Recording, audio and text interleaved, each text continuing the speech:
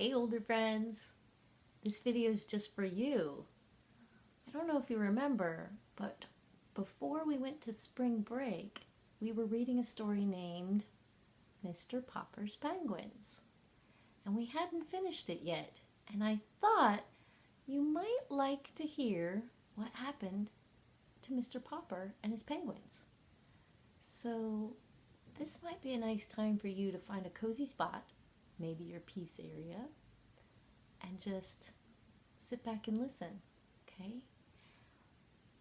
When we left school, we were just to the part where Mr. Popper and Mrs. Popper had trained their 12 penguins to do an act, and they were ready to show it to a theater owner named Mr. Greenbaum to see if maybe they could put their act on a stage for people to watch.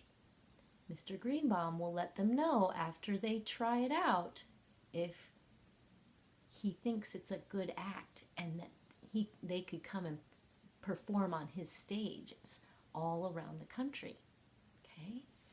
So this next chapter is called Chapter 15, Popper's Performing Penguins. They were just about ready to start their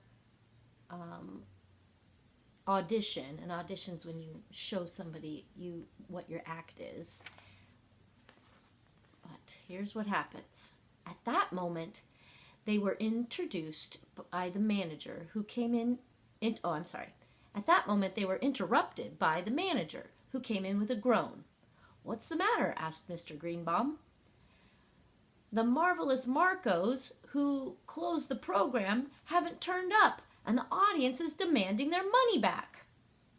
"Well, what are you going to do?" asked Mr. Greenbaum. "Well, I'm going to have to give it to them, I suppose." And here it is Saturday night, the biggest night of the week. I hate to think of losing all that money. "I have an idea," said Mr. Popper. "Maybe you won't have to lose it.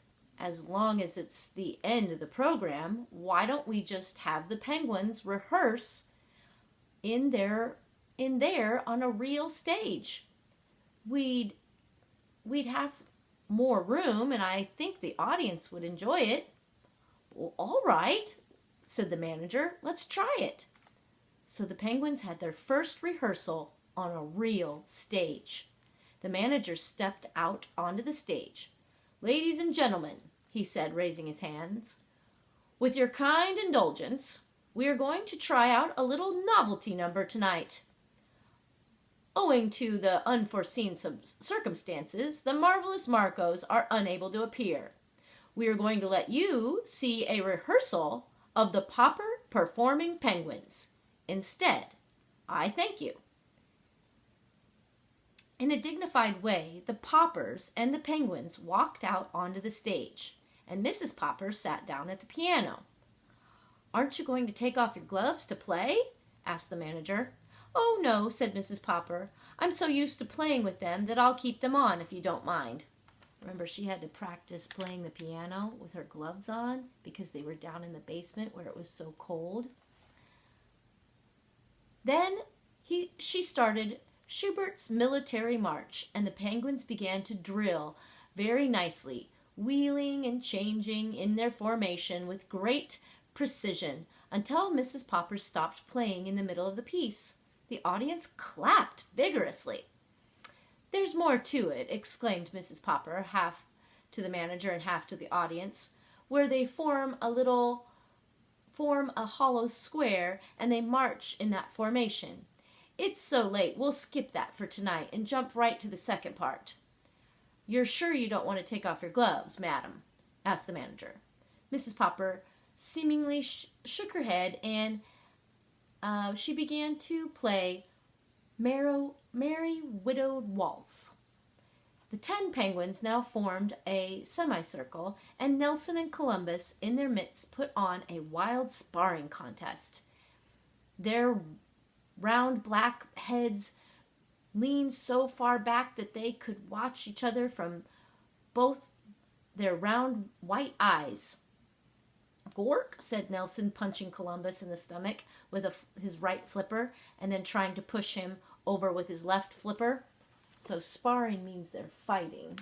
So Nelson and Columbus are fighting each other.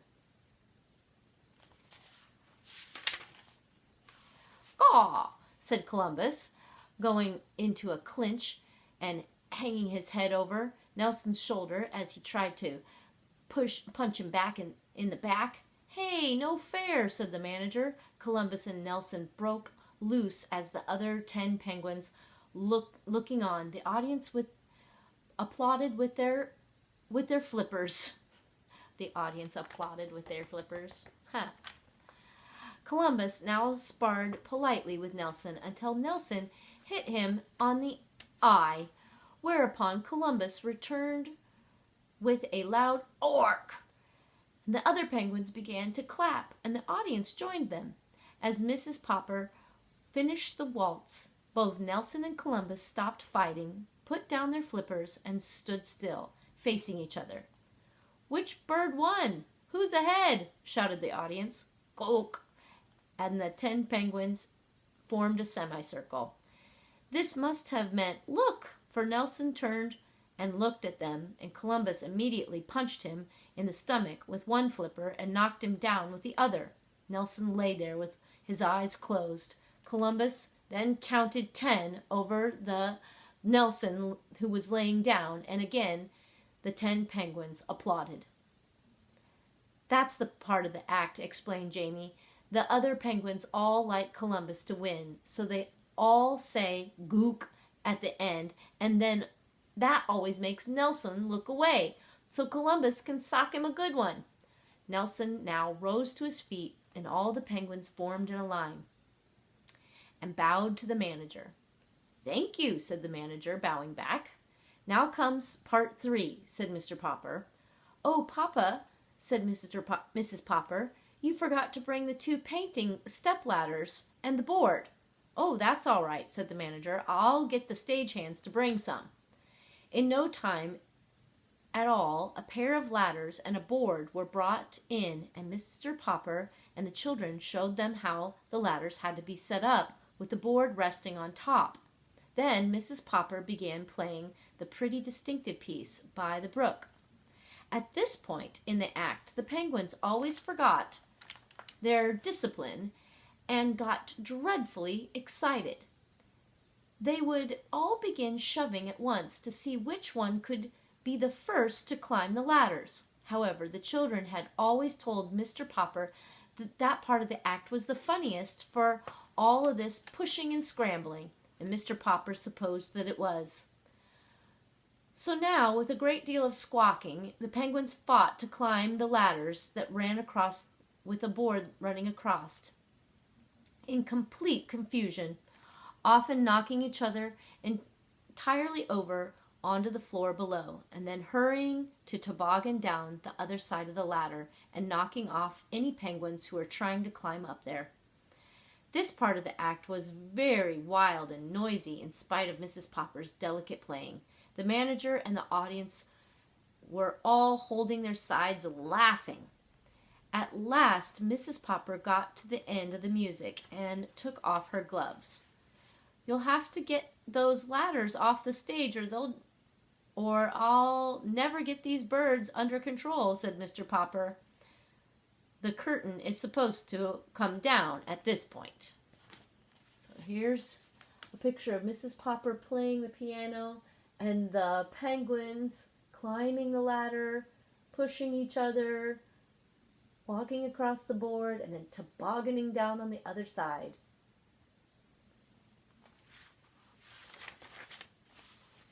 So the manager gave the signal for the curtain to go down, and the audience stood up and cheered. When the ladder had been taken down, the manager had 12 ice cream cones brought in for the penguins. Then Jamie and Bill began to cry, so the manager ordered several more, and everyone had one. Mr. Greenbaum was the first to congratulate the Poppers. "I don't mind telling you, Mr. Popper, that I think you've got something absolutely unique in those birds. Your act is a sensation, and the way you helped out my friend the manager here shows that you're a real trooper, the kind we need in show business. I'd like to predict that your Penguins will soon be packing the biggest theaters from Oregon to Maine. And now, to come to terms, Mr. Popper, he continued, how about a 10-week contract for $5,000 a week? Whew, is that all right, Mama? Asked Mr. Popper. Yes, that's very satisfactory, answered Mrs. Popper. Well then, said Mr. Greenbaum, just sign these papers and be ready to open next Thursday in Seattle. And thanks again, said the manager. Would you mind putting on your gloves again for just a minute, Mrs. Popper? I'd like you to start playing that military march again and let the Penguins parade for a minute. I want to show my ushers in here to look at those birds. It would be a lesson to them. The ushers are people who work for the theater and show people to their seat. And Mr. Greenbaum thinks it would be a good idea to see how the Penguins march so the ushers will learn a lesson. We'll see you next time, okay? We'll read chapter 16, On the Road. They're going to go on the road to take their act to a new stage. See you next time. Bye.